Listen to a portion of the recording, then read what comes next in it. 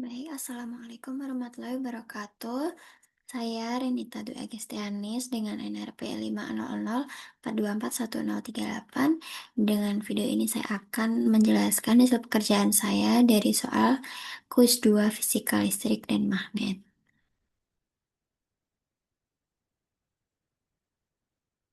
Jadi dari soal yang pertama yaitu menentukan gambar arah gaya Lorentz-nya pada setiap sisi kawat persegi yang di dalam yang dipengaruhi oleh kawat berarus I1 dan I2, lalu eh, nilai gaya Lorentz pada sisi RS dan nilai gaya Lorentz pada sisi PS.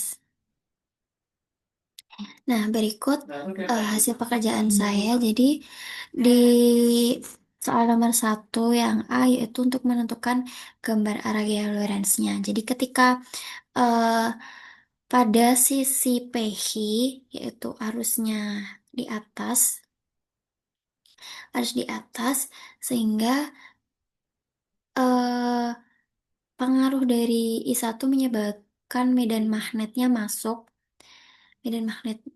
masuk, sehingga eh, arah arah gaya Lorentz-nya itu adalah ke kiri. Jadi jadi apa arah arusnya harus tegak lurus dengan medan magnet, sehingga kalau seperti ini medan magnetnya masuk, arah arusnya ke atas, sehingga arah gayanya adalah ke kiri. Tiga jari ini adalah menunjukkan arah gaya Lorentz-nya. Lalu pada sisi HR, yaitu arah arusnya menuju ke kanan, dan arah medan magnetnya itu arah medan magnet masuk, sehingga eh, arah gaya Lorentz-nya adalah ke atas. Seperti ini. Lalu untuk sisi RS, yaitu arah arusnya adalah ke bawah, lalu arah medan magnetnya masuk karena pengaruh dari I2 juga masuk, sehingga arah eh, gaya Lorentz-nya adalah ke kanan. Dan saat arah arus listriknya ke kiri, arah medan magnetnya ke atas dan arah gaya Lorentz-nya adalah ke bawah. Lalu untuk soal 1B, nilai gaya Lorentz pada sisi RS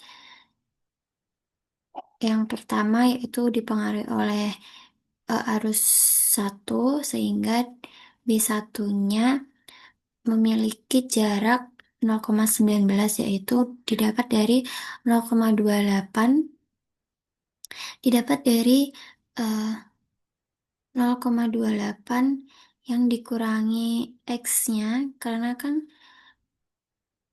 eh, jarak dari arus 1 dari sini. Sehingga RS di sini, jadi jarak dari sini ke sini,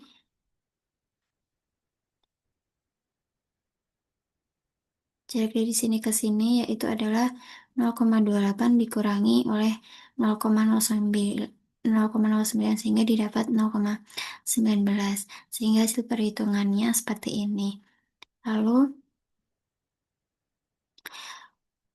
untuk B2 juga sama, yaitu dipengaruhi oleh arus I2 dari sisi RS, sehingga jaraknya sebesar X yaitu 0,09. Sehingga hasil perhitungannya didapatkan seperti ini. Lalu didapatkan medan magnet total dengan mengurangkan medan magnet pertama dengan medan magnet kedua, sehingga didapatkan hasil medan magnet total sebesar 1,61 kali 10 pangkat min 6, sehingga didapatkan gaya Lorentz dengan rumus I3 dikalikan oleh A dan medan magnet total dan didapatkan besar nilai seperti ini. Lalu, untuk gaya Lorentz,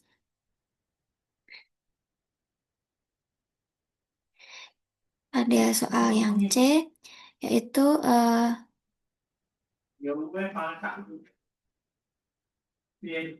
nilai B1 atau medan magnet pertama yang dipengaruhi oleh arus pertama, yaitu nilainya adalah dengan jarak 0,09 karena dari sisi PS ini jarak dari I1 yaitu adalah X, dan jarak sisi PS dari I2 juga X, sehingga didapatkan jarak yang sama yaitu 0,09 dan didapatkan nilai medan magnet pertama dan medan magnet kedua. Lalu medan magnet total sebesar 1,33 kali 10 pangkat min 5, sehingga nilai gaya Lorentz-nya didapat dari rumus 3 kali A kali medan magnet total dan didapatkan nilai sebesar ini.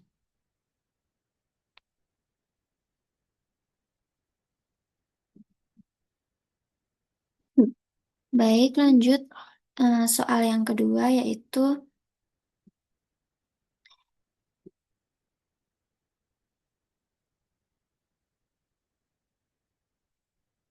yang ditanya adalah vektor medan magnet di titik P akibat kawat satu, medan magnet di titik P akibat kawat satu dan akibat kawat dua. Lalu ditentukan resultannya.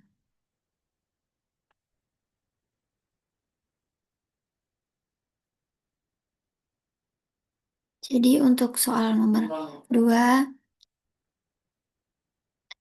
itu eh, karena kawatnya itu merupakan kawat panjang lurus, sehingga kita tidak perlu menggunakan rumus hukum Biot-Savart.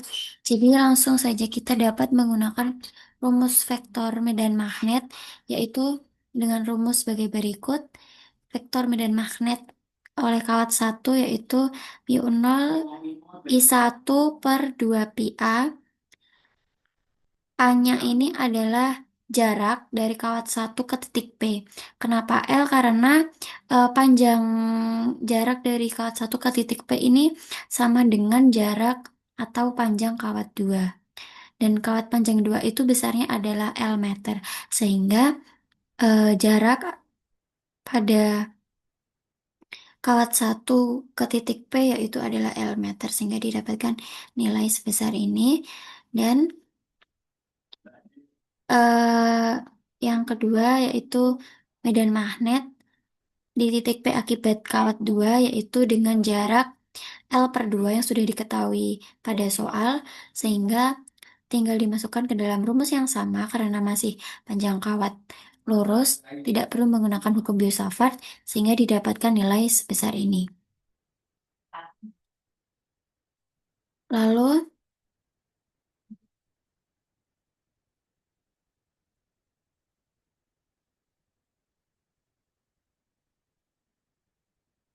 untuk nilai resultan itu adalah jumlahan dari vektor medan magnet yang telah dicari pada soal nomor 2A dan nomor B, sehingga didapatkan nilai jumlahan dari vektor B1 dan vektor B2 dengan senilai 8,4 kali 10 pangkat min 7 per L. Ya Allah.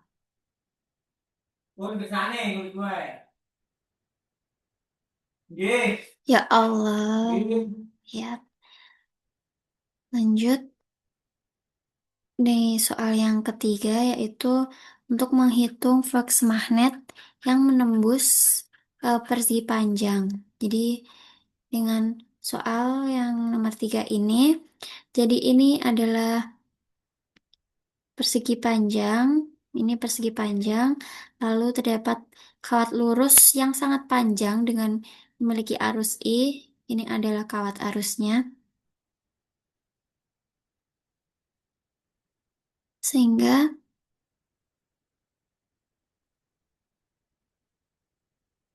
didapatkan eh,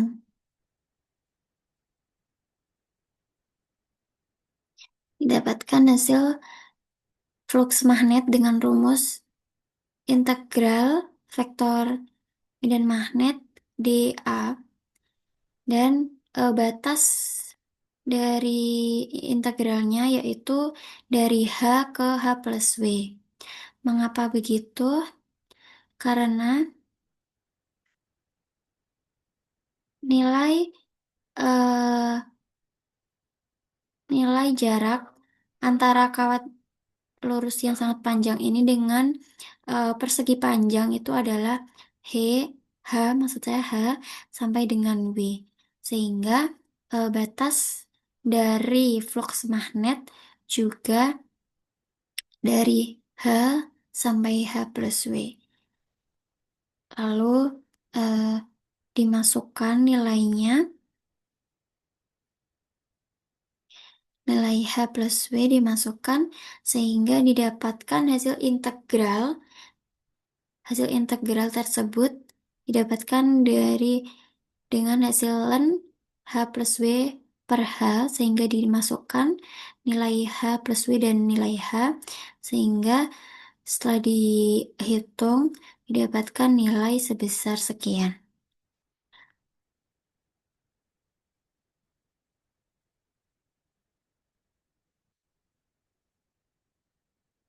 Lalu untuk soal yang B, jika arus berubah terhadap waktu I, A plus BT, tentukan nilai GGL induksi. Nah, nilai A plus BT sama dengan adalah 10 ampere per second. Sehingga nilai DI per DT-nya itu merupakan nilai A plus BT atau eh, nilai fungsi tersebut. Sehingga GGL induksi dapat dihitung dengan rumus seperti ini dan didapatkan hasil eh, sekian. Lalu yang pertanyaan yang C yaitu adalah arah arus induksi pada kawat persegi panjang. Nah, arah arus induksi menghasilkan keluar bidang karena apa? Karena arus listrik yang semakin bertambah, maka medan magnetnya juga akan semakin bertambah sehingga fluksnya juga akan semakin bertambah atau meningkat. Sehingga arus induksinya akan menghasilkan medan magnet yang berlawanan arah dan arus induksi menyebabkan medan magnet keluar bidang. Lalu untuk soal nomor 4, yang pertama yaitu nilai C ekuivalen dari rangkaian seri RLC. Dari gambar ini, rangkaian seri eh, RLC yang ditanya adalah C ekuivalennya. Nah, dari gambar ini, gambar C-nya itu merupakan paralel sehingga dapat dihitung dengan menjumlahkan C1 ditambah C2 dan didapatkan hasil sebesar sekian. Lalu eh, yang B yang ditanyakan yaitu ada impedansi rangkaian. Impedansi rangkaian didapatkan dari rumus Z akar R pangkat 2 plus XL min XC kuadrat. Nah, sebelumnya kita harus mencari XL dan XC-nya dengan rumus sebagai berikut. Sehingga kita tinggal masukkan eh, yang sudah diketahui di sini, kita tinggal masukkan nilai F-nya nilai L sehingga didapat XL-nya sebesar 10 ohm dan nilai XC-nya didapatkan sebesar 25,02 ohm sehingga nilai impedansinya telah didapatkan dengan nilai 18,04 ohm.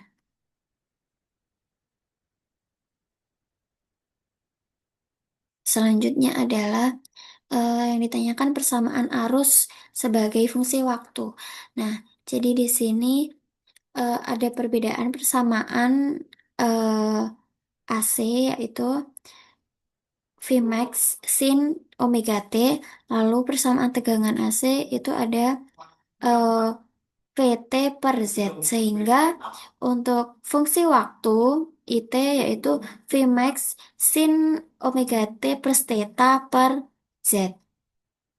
Sehingga kita harus mencari nilai omeganya dengan rumus 2πf. F-nya sudah diketahui sehingga didapatkan W 120p ini dikonversi ke radian sehingga 377 radian per second. Lalu nilai kotangennya 377T. Setelah itu kita cari nilai tetanya dengan tan theta. Tan theta didefinisikan sebagai XC min XL per R sehingga dimasukkan nilainya dan didapatkan theta sebesar 46 derajat. Sehingga fungsi waktu dari persamaan arus yaitu 200 per 18,04 yaitu Vmax-nya sudah diketahui. Vmax per Z dikali sin omega T plus theta. Yang terakhir yaitu yang ditanyakan adalah frekuensi resonansi rangkaian dengan rumus F0 1/2 pi akar L dikalikan C ekuivalen sehingga didapatkan nilai sebesar 9,496 Hz. Mungkin sekian dari penjelasan hasil pekerjaan saya untuk kuis 2 ini. Ada kurang lebihnya, saya memohon maaf yang sebesar-besarnya. Terima kasih. Wassalamualaikum warahmatullahi wabarakatuh.